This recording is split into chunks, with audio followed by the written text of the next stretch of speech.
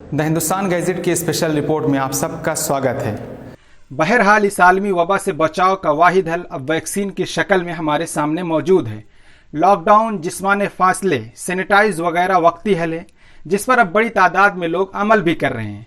यह हकीकत है कि एहतियात के बगैर इस बीमारी से बचना मुश्किल है। अब जबकि दूसरी लहर खत्म होने और तीसरी लहर की तैयारी शुरू हो चुकी है, ऐसे में वैक्सीन को लेकर हमारे मुल्क में कई तरह के मसाइल और मुश्किलात पैदा हो गए हैं।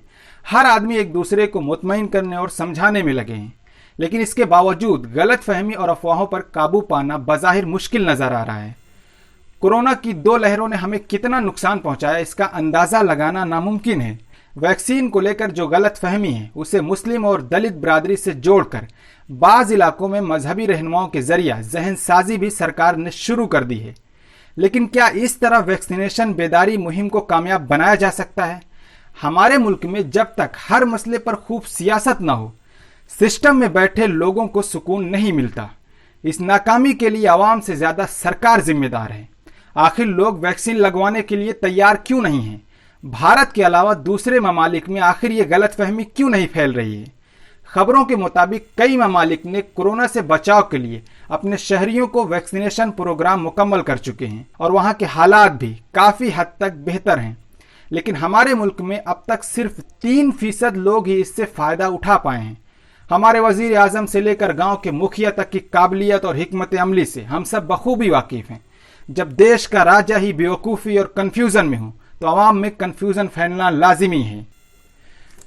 वहीं दूसरी तरफ मजलिस इत्तेहादुल मुस्लिमीन के औरंगाबाद से member of parliament Syed Imtiaz Jaleel के खिलाफ मुकदमा दर्ज किया गया है।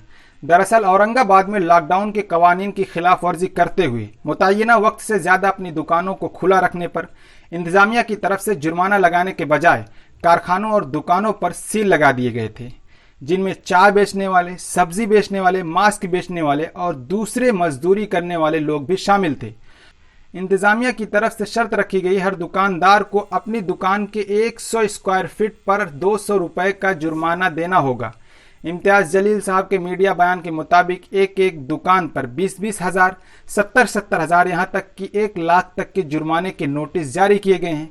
गया है कि जिसकी जितनी बड़ी दुकान उसका उतना बड़ा फाइन रहेगा, और जो बताया गया है कि 200 रुपये पर स्क्वायर फीट के हिसाब से है तो ये फाइन है तो लगाई जाएगी।